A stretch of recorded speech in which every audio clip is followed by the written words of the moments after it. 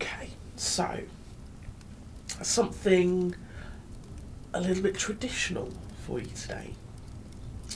I feel like you might know this one too. This is The Nutcracker, and it's by Ruby Jade. Over 100 years ago, before any living can recall, began an enchanting tale of Christmas, the tale of Clara and her Nutcracker doll. Clara was a child of gentle nature who possessed a dreamer's heart, and it was on Christmas long ago that her story has its start. Her parents were hosting a holiday gathering the day her tale begins. A lively evening of food and dance, reunion of family and friends. But it was the arrival of Godfather Dross that really sets off this story. In he strode with a swish of his cape, tall and confident in his majestic glory. After boomed greetings, he dramatically produced several acts to amuse and delight. Dancing dolls, marching soldiers, all alive. It was quite a spectacular sight. And then came the presents for each child, dolls for girls and soldiers for each boy.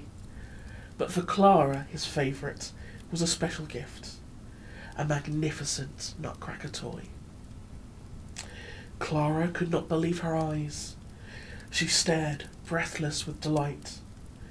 She had possessed the Nutcracker so briefly, but already loved him with all of her might. Somehow a connection passed between them, a karma of some kind. She looked into his painted eyes and felt kinship of soul and mind. But Fritz, her brother, in a jealous rage, quickly snatched the hapless doll, and through a struggle that ensued, broke its wooden jaw. Clara was crushed by the Nutcracker's breaking, but Godfather came to the rescue. Swiftly he took the doll from her and tied its jaw with a tissue. Not long after, the party guests departed, and Clara's family went to bed. Clara went to check on the Nutcracker's jaw, but fell asleep before the tree instead. And oh then, when she awoke, what a sight! For the tree had grown to an enormous size, and under it, to her great fear, was an army of vicious mice. They circled Clara with threatening intent, each holding a sword or a knife. But then, to her shock, she saw her Nutcracker had come to life. Tall and imposing, strong and brave, he fought for Clara's protection, killing the mice's jeering Mouse King and sending them scuttling off in dejection. And then, before Clara's astonished eyes, he turned into a stately young man.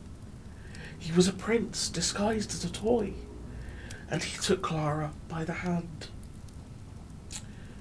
"Come with me to the land of sweets," he called. "There you'll see a spectacular scene.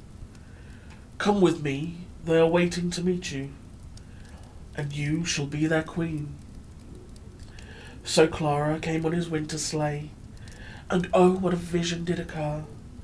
What beautiful creatures, what marvellous sights, as they all bowed and danced for her.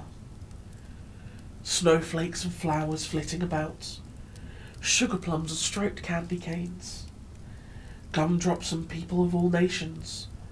Over them all she was to reign. Each showered her with welcomes and performed a special dance. By the prince's side Clara sat, nearly lulled into a hypnotic trance. And all too soon they waved goodbye, fading away with a twinkling gleam. And Clara awoke by her Nutcracker's side, for it had only been a dream. But what a magical dream. And isn't that really what Christmas is all about? That real magic and, just the wonderment of things. Gosh. To have Christmas all over again as a child. Shall I see you tomorrow?